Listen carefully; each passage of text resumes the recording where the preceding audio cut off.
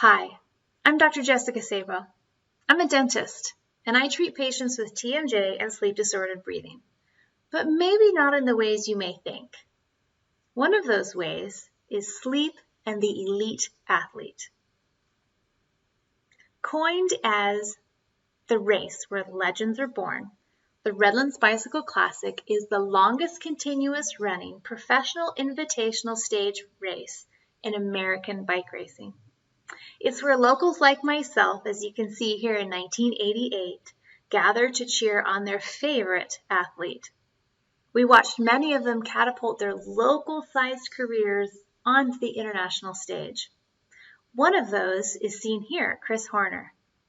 He is a four-time Redlands Bicycle Classic winner who went on to win the Vuelta de España, or the Tour of Spain, at the age of 41, mind you, making him the oldest cyclist to win a grand tour on the cycling circuit. That makes me wonder, how is it that an athlete can catapult their career from the local to the international stage? I think, besides determination and pure grit, it's the three pillars: diet, exercise, and sleep. Now, arguably, the first two of these pillars have been measured, weighed, studied, and implemented to their minutiae. But what about the third pillar? What about the sleep of an athlete? What research emphasis has been placed on this pillar? Not nearly as much has been published. But if we look at the sleep culture of a professional athlete, it may look a bit like this. They've spent years in rigorous, oftentimes early morning exercise regimens, flying across multiple time zones to compete at all hours of the day, sleeping little as they're nervous about their competition in a bed that's not their own, all to get back on an airplane again while on their tablets or their cell phones, promoting themselves or their teams, all to stay relevant, all to keep that competitive edge. Does that sound like a really well-balanced third pillar? I don't think so. But what does this mean? How bad can it actually be? How bad can sleep affect your performance?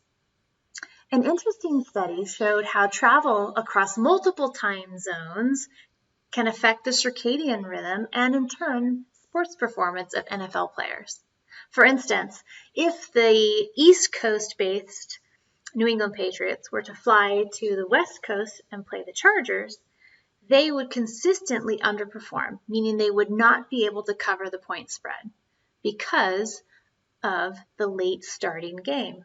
In other words, their head is on East Coast time. So not only have they woken up super early, but they've been kept up quite late as well.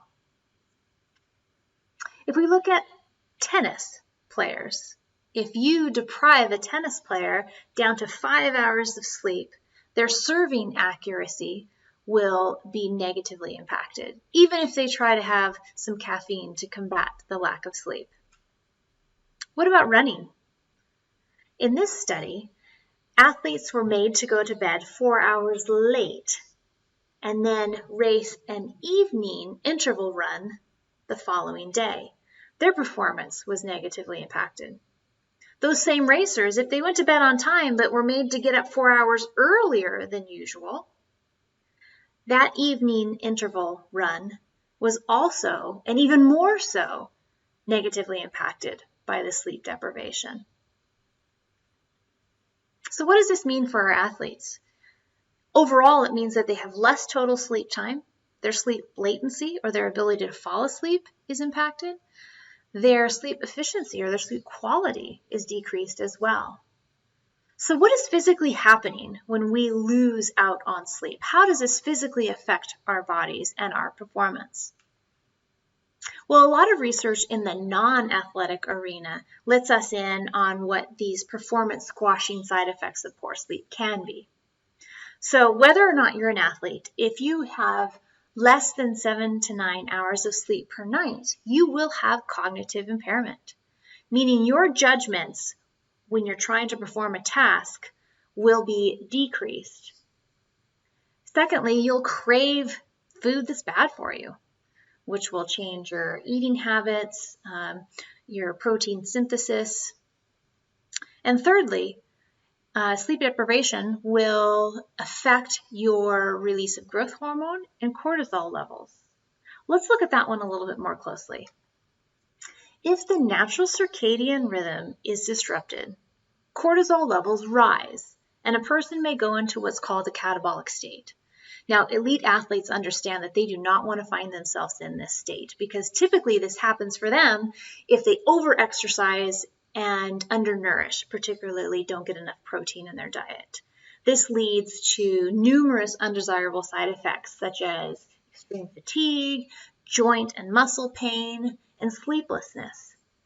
So what some athletes have done historically is turn to anabolic steroids or human growth hormone to stop the catabolic process and improve recovery. So in an era when we're trying to get away from medically induced advantages, the great news is that you don't need to take steroids or HGH to combat the catabolic state. Just simply correct the normal sleep patterns, and the hormones will naturally regulate themselves. We also know that sleep deprivation increases pro-inflammatory cytokines in our body, meaning our inflammation goes up through our whole body. We know that this impairs our immune system. We know that it impedes muscle recovery and repair from damage. We know that it leads to those autonomic nerve system imbalances that we talked about. And it also changes one's pain perception. So from an athlete's standpoint, all these metabolic pathways affected by poor sleep are very important and relevant to improve our peak performance, fine motor function, and sport-specific decision-making. Let's watch the end of the 2014 Tour de Flanders. We joined the race after nearly 160 miles of sharp climbs and cobblestones as this four-man breakaway jockeyed for the win.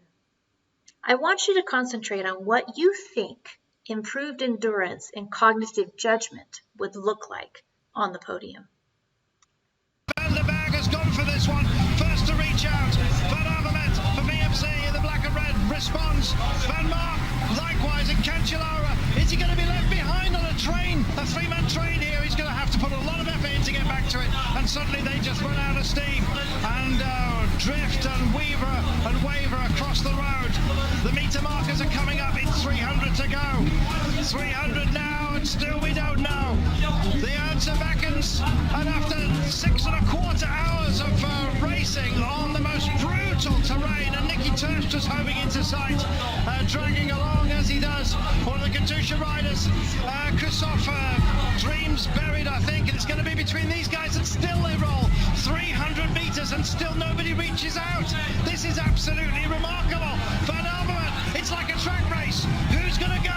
It's going to be Van Mark, surely. He staggers, he stalls, he tries to draw somebody else out. He doesn't want to give his wheel to Cancellara, and Cancellara goes for it. He's been there before.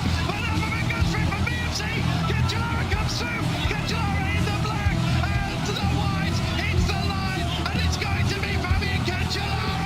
Oh, one of the greatest wins of his career. It's 3 now for him. Wow. Now let's pretend that Swiss rider Fabian Cancellara, in theory, drew upon a 9 to 10 hour sleep habit, so that after 160 miles in the saddle, he held on to enough power and had improved cognitive decision making to determine when and how to attack to finish atop the podium. Could we choreograph this for all our athletes? Certainly we could start by making sleep a training priority. We could have athletes bank up on routine quality rest so that when disruptions in their routine are inevitable, they'll have something to pull from. We can encourage them to have great sleep hygiene so that when they are resting, their quality of rest is great. We can tell them when they travel past several time zones to be respectful of their circadian rhythm, utilizing sunlight when they can to reset. We can encourage them to decrease the early morning training and late evening training so that they respect that 9 to 10 hours of good quality rest. So when we do that, when we neutralize all of those sleep hygiene issues for athletes, does it mean they're all now sleeping equally? No. Just like every athlete's nutritional needs vary and their training regimens vary, their level of sleep intervention differs as well. We know that conservatively, 8 to 14% of adults in our general population have obstructive sleep apnea. Those with upper airway resistance syndrome and primary snoring has been less studied, but is postulated somewhere between 8 to 90% even. We need to know if and where our athlete falls within this spectrum of sleep disordered breathing so that we can be most effective. So no, I would postulate that all things are not equal if we just look at sleep hygiene. For instance, if we took the peloton that was in our video we just watched in the Tour de Flanders, there were 140 cyclists that ran that race. If 14% of them had obstructive sleep apnea, that means 20 of the riders have an underlying issue. Now I know what you're thinking. It's highly, highly unlikely that these elite athletes got to where they are by having an undiagnosed moderate to severe sleep disorder breathing issue. But what about upper airway resistance syndrome? We know that upper airway resistance syndrome patients oftentimes have worse sleep quality, more fatigue than those with the more significant mild obstructive sleep apnea. And what about those with primary snoring? That affects not only you, it affects your teammate, whoever's on the bus with you, whoever's on the plane with you, whoever is in your room with you. So in a world where we test VO2 max, power output, the fluid dynamics of water and air resistance for these athletes, what can we be doing to personalize the development of their sleep recovery? As a dentist treating sleep disordered breathing patients, I have the opportunity to use my experiences in concert with team physicians to objectively study and proactively improve the sleep of these athletes. We develop a sleep training program starting with an objective measurement and, if warranted, a diagnosis by a sleep physician colleague. From there, we level the foundation to what we know to be best practices for both quality and quantity of sleep, and then elevate the athlete by creating an environment that allows their sleep to help them perform and recover to their fullest. Sometimes this includes addressing nasal patency issues. Sometimes it's breathing re-education. Sometimes it's cognitive behavioral therapy if there's an insomnia issue. And unique to the dental field, sometimes oral appliance therapy is used as well. Now, traditionally, oral appliance therapy has been used to treat obstructive sleep apnea, upper airway resistance syndrome, and primary snoring. And we know that it works well. It decreases the noise, it helps to decrease the fragmented sleep, and it helps to improve the oxygenation in our blood levels when we're sleeping. Unfortunately, when it comes to predicting the efficacy of oral appliance therapy for sports performance and recovery, the research has just not been done yet. But what we do know is that these mandibular advancement devices help to hold the mandible and the soft tissues attached to it from falling back into the airway while we sleep. As with any oral appliance, if we want to responsibly trial oral appliance therapy in sports recovery and performance, we need to be experts in the oral appliances themselves and also in mitigating the side effects like bite changes or TMJ issues. So, if we are correcting the sleep environment or the sleep hygiene and addressing a potential underlying sleep-related airway issue, can we better increase our athletes' performance, and to what degree? You see, when you get to the level of an international elite athlete, there is as little as 1% output separating you from first and second place. Whether you're a weekend warrior or an elite athlete where you have the most sophisticated equipment, the finest training regimens, chefs preparing the most nutritiously balanced meals, when you find yourself barreling towards your sports' finish line, could a sleep training program, including sleep hygiene and maybe an oral appliance, could that be what your body needs to give you that 1 to 2% to get you to your best performance? Thanks so much.